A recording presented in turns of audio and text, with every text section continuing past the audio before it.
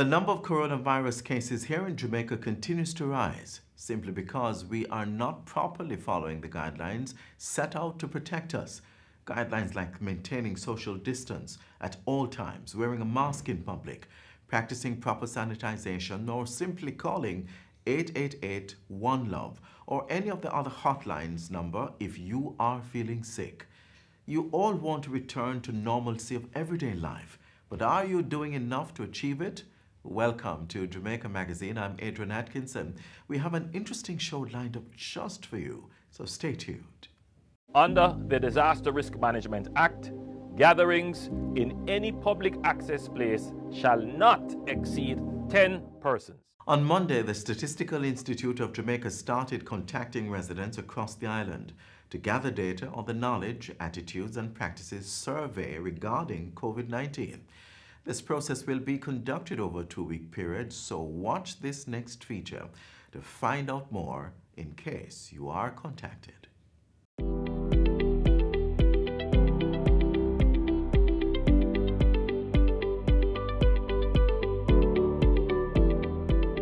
The Statistical Institute of Jamaica, Statin, will be undertaking a survey to collate data on citizens' knowledge, attitudes and practices relating to the coronavirus COVID-19. It began on Monday, April 20, and will be done over the next 4 weeks under the National Research Agenda for COVID-19.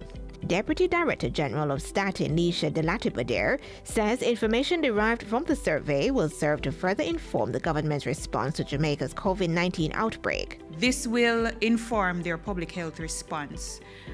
It will also inform their messaging in terms of how they communicate to Jamaicans to see whether or not it is being effective, if persons are practicing social distancing, if persons are changing their behavior in any way, shape or form because of COVID-19. The main objective of this survey is to gain a better understanding of what Jamaicans know about COVID-19, along with their attitudes and practices with regards to the prevention and pandemic control activities. Both Ms. Coy and Ms. Delatibader was speaking at Statin's virtual media briefing on April 16. Statin will be sensitizing the public about the National Research Agenda on COVID-19 survey. We will do other publicity and PR around it to ensure that persons are aware of when the data collection process has started and the questions that we're asking, because we want to ensure that there's transparency in terms of the communication coming out of Statin. The survey, which will be done via telephone, is a mandate of the Ministry of Health and Wellness and includes other government entities. This team includes a wide cross-section of stakeholders across government, academia, and the private sector.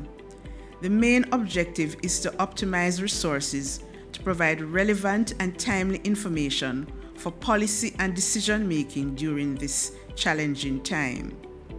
One of the initiatives is a telephone survey on the knowledge, attitudes and practices of the Jamaican people concerning COVID-19. Ms. Coy says the prevailing challenges associated with COVID-19 require a whole-of-society response.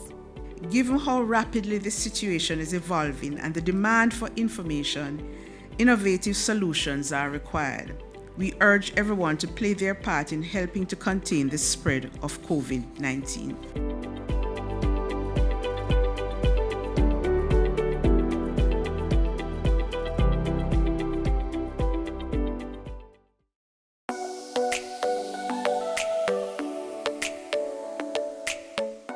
To properly carry out a hand rub, apply a palmful of the product in your cupped hand, covering all surfaces. Rub your hands palm to palm. Rub your right palm over the back of your left hand with interlaced fingers and vice versa. Rub your hands palm to palm with fingers interlaced. Rub the back of your fingers to opposing palms with fingers interlocked. Rotationally rub backwards and forwards the clasped fingers of your right hand in your left palm and vice versa. Once your hands are dry, they are now safe.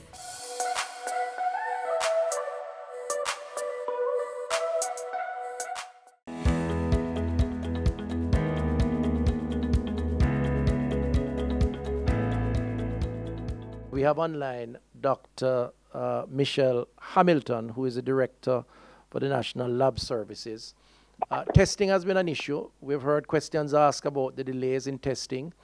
And I think it's important for the public to understand from start to finish, in a shortened version though, how we go about testing from the collection of samples through to reaching the lab, sorting, and the actual tests and results. Dr. Hamilton, how are you? I am very well, sir. When samples are collected at the various points, they are transported to the lab. And at the lab, there are three phases: the pre-analytical, the analytical, and the post-analytical. In the pre-analytical phase, we log the sample into our system and we prepare the sample for testing. In the analytical phase, we do the actual testing. And in the post-analytical phase, we document the results that have come from the different samples, and of course, we then disseminate them. We give them out to the relevant persons. Now, it sounds simple to say, but we have to remember that we adhere to very strict international quality standards, and so there are checks and balances in each of these phases to ensure that we give not just a result, but an accurate result. So it often involves a team of individuals working together to cross-check at various points to ensure that everything is done in such a way that when you actually get your result, you can have confidence that this is an accurate representation of what is happening with the individual patient.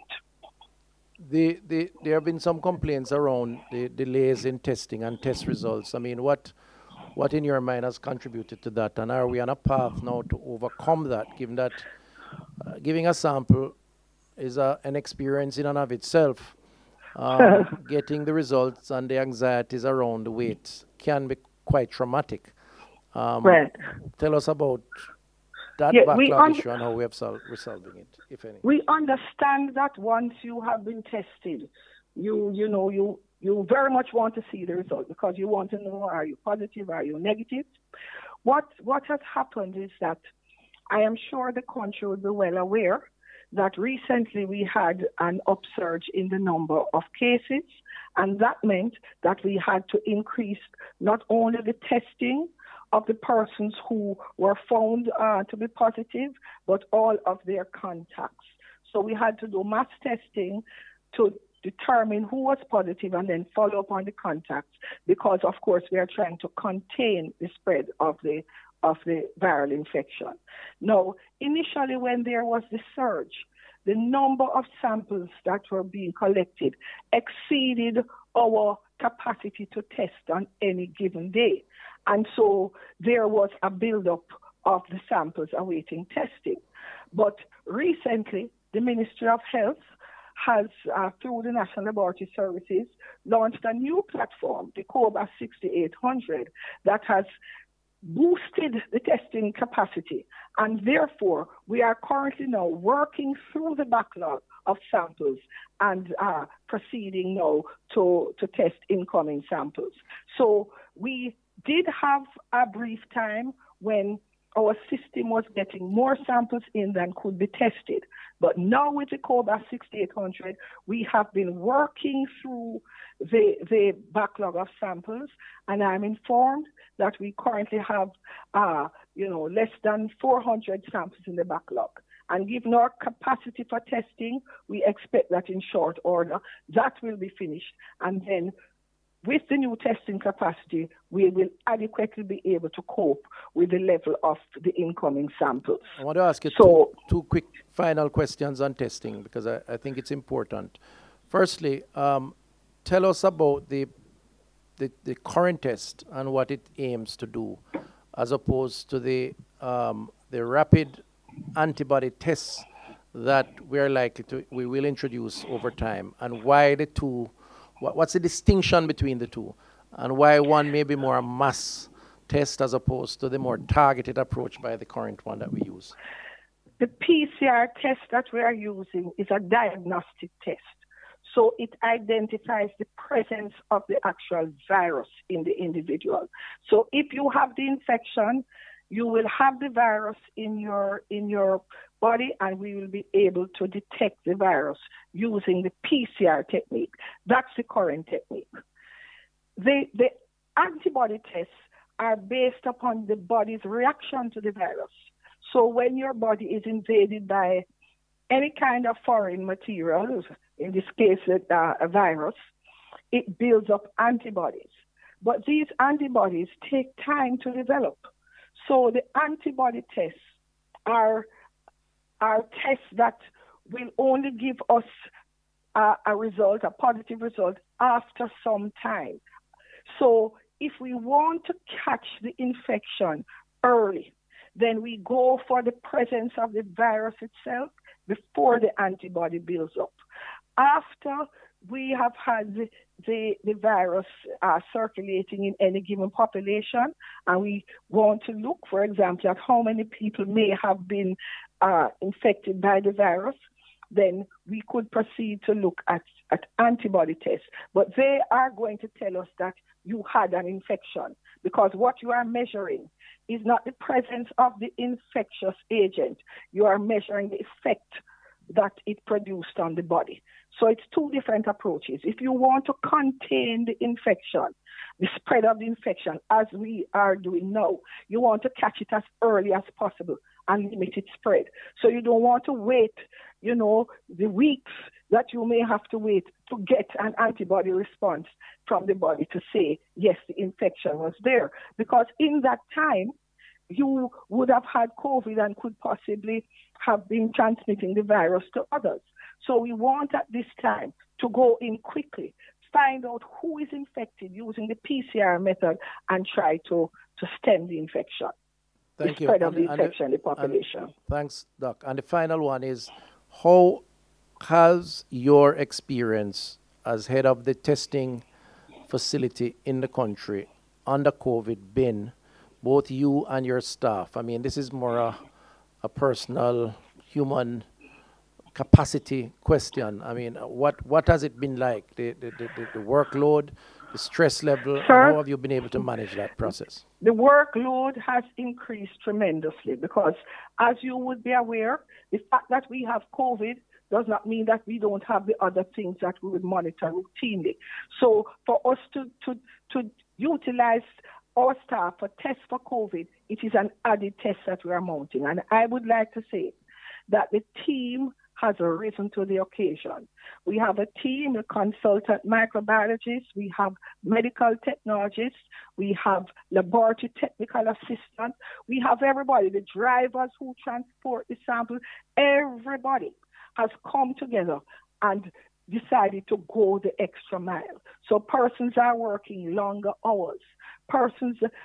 We literally have now shifts working on a 24-hour basis, whereas most of the persons would have been working on an 8-hour basis, because we understand that the country is dependent upon us at this time to be able to give them the results that they need. So it has been a time of increased activity, and there are times when you feel the pressure of the work, but it's also been a wonderful time when it has brought out the best, in that instead of running from the work, we have decided to put our shoulders to the plow and really go for it on behalf of all of us in this nation. So it's been a difficult time in terms of pressure, but it's been a good time in terms of the overall experience. Dr. Hamilton, I just want to take the opportunity to thank you. Thank you for this expose on air, and thank you and the team for the work that you've been doing. Very happy to hear that we're making progress in terms of the expanded testing capacity. And I think the distinction between antibody testing, rapid test kits, and testing for the virus itself is an important and useful distinction. And just to say to the country, we're moving into the antibody stage. It is a phased approach. It's not that we are late. It's just that time is just coming. Thank you very much. That's right. And yes, keep up sir. the good work.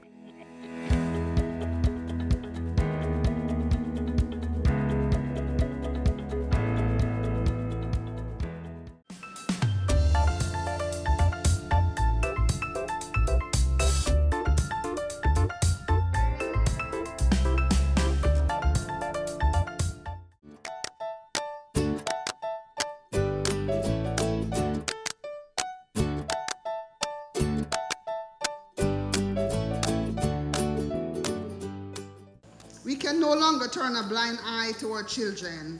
Each of us have the duty to protect them. As we continue to strengthen our protection campaign, we ask that you try positive discipline. Talk not once, twice, 3 times, 7 times even.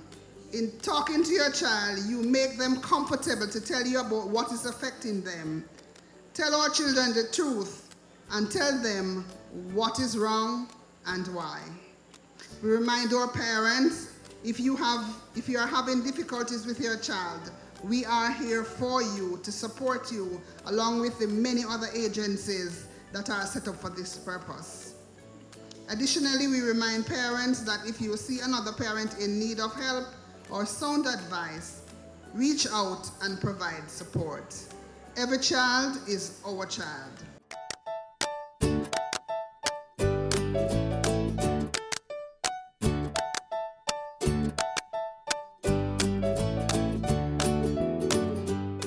We have another informative feature just for you. Today, we'll be demonstrating 3 quick nutritious meal ideas. With me is Miss Dion Harrison, Assistant Nutritionist, and we're going to be demonstrating 1, fruit smoothie, 2, pea sponge, and 3, cheesy carrot sandwich. So first, we have our fruit smoothie. Now, of course, we know we are encouraging fruits because it's rich in vitamins and minerals, and it's very important for our children to have fruits. So today we're using our local fruits, pineapple, ripe bananas, and papaya to prepare a fruit smoothie. And what is special about this smoothie is that there's no added sugar. Remember, our fruits are very rich in sugars. They have natural sugars. And so this is an idea that you can do at home. You can encourage the children to have their fruits by just preparing a fruit smoothie. And guess what? All that will be added is ice.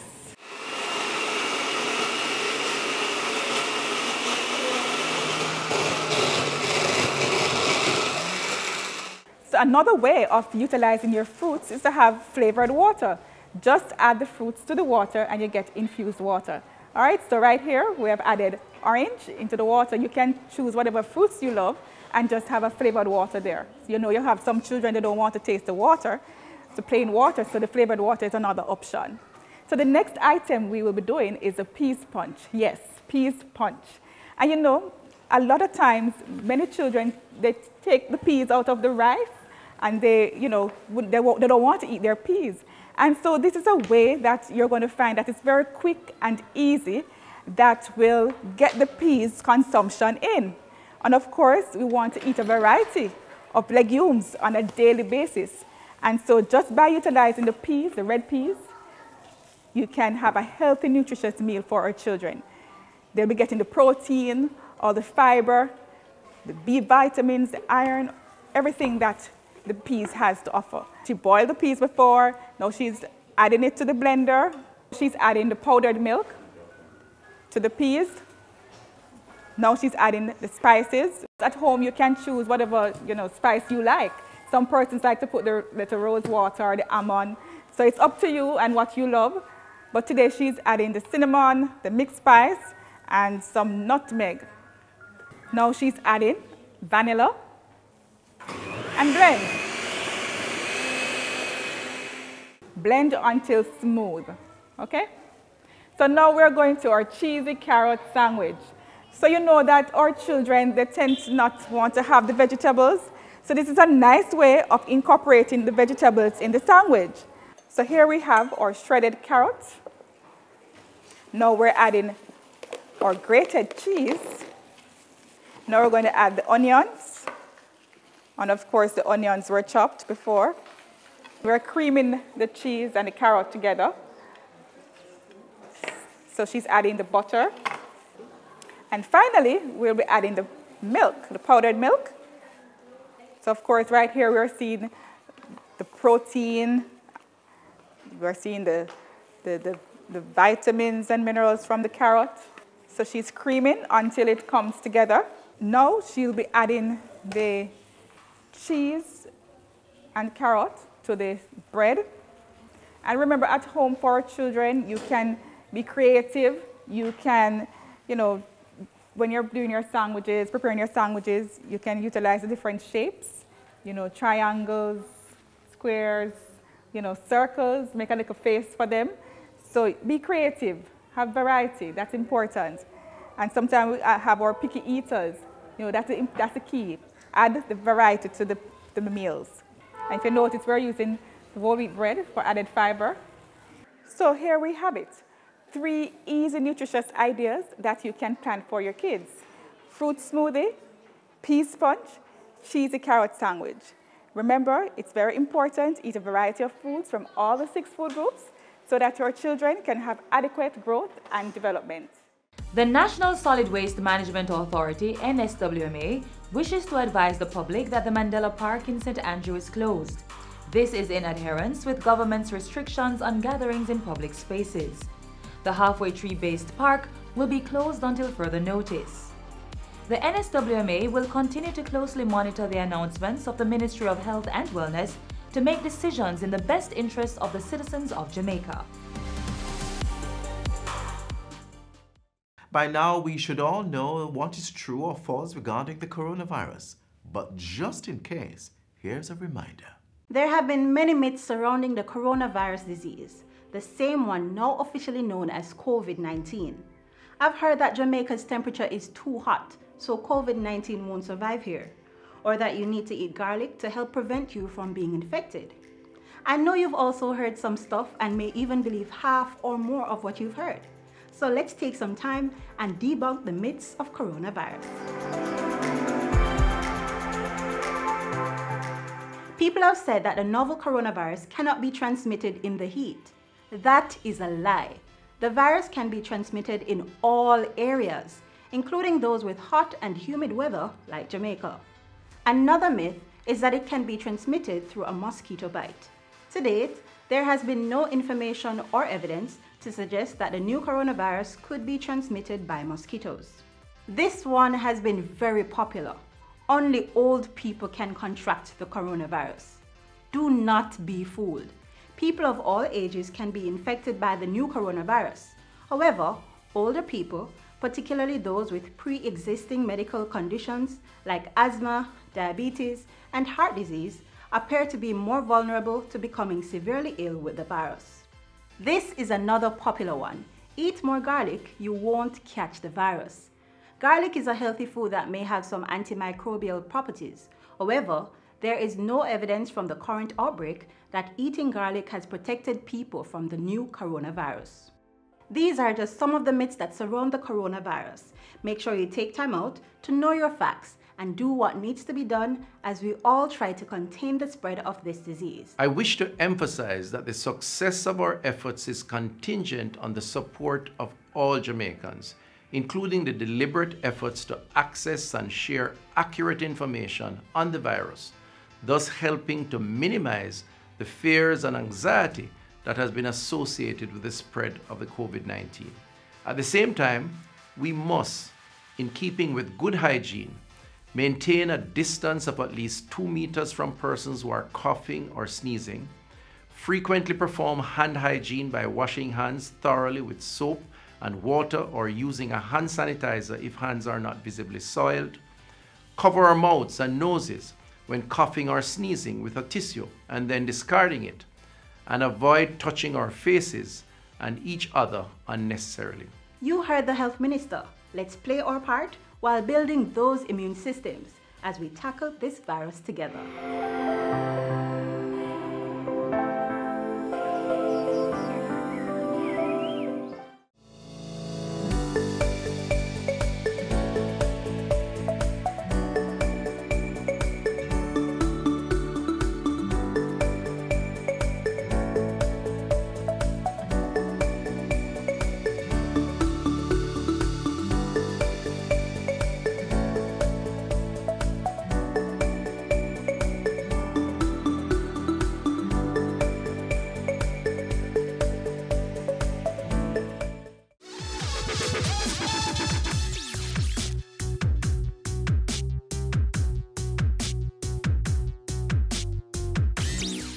As the world observes World Press Freedom Day under the theme, Journalism Without Fear or Favor, We need to ensure that we are able to verify contents being sent to our phones in order to avoid the spread of misinformation, especially about coronavirus.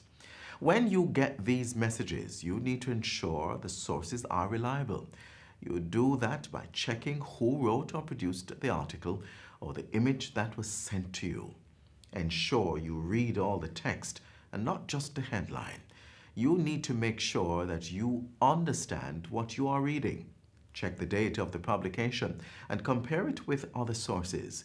This is important as it provides a clear indication if the information is true or false. Avoid sharing anonymous chains. Ask yourselves, is this true? Is this relevant? Should I resend it? Always remember to only share content that is true and relevant. In order to do that, make sure you are well informed, be supportive, and never forget to take care of others. Ensuring we only communicate or consume reliable information is everyone's responsibility.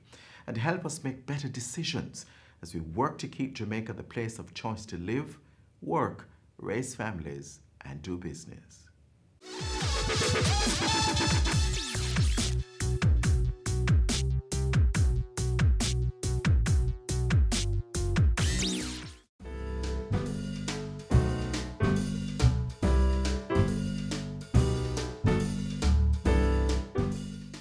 Tip number 1. Keep your regular medication and other supplies well stocked. Ensure there is access to several weeks of medications and supplies in case there is a need for you to stay home. Monitor food and other medical supplies needed and create a plan in the event that such resources become depleted. Tip number 2. Stay sanitized. Tip number 3. Respond to multi-generational living situations. Many older adults live in homes where other members, such as children, may have frequent colds. Therefore, do not share personal items like food, water bottles, and utensils. If possible, choose a room in your home that can be used to separate sick household members from those who are healthy. Tip number 4. Develop intentional caregiver plans. Older adults may be caregivers or may receive care themselves. Caregivers and care recipients should discuss their preparation plans, including how to stay in touch via phone or email. Determine who can provide you with care if your caregiver gets sick. And tip number 5, keep abreast of essential up-to-date information. That means you should find and regularly check a trusted information source.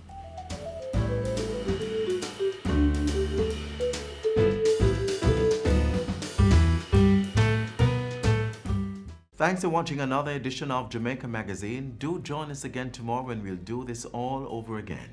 Remember to follow us on our social media pages and even check out our website at jis.gov.jm.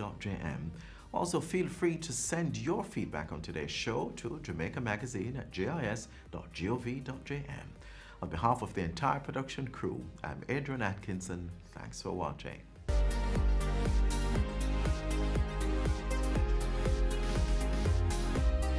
This has been a production of the Jamaica Information Service, the voice of Jamaica.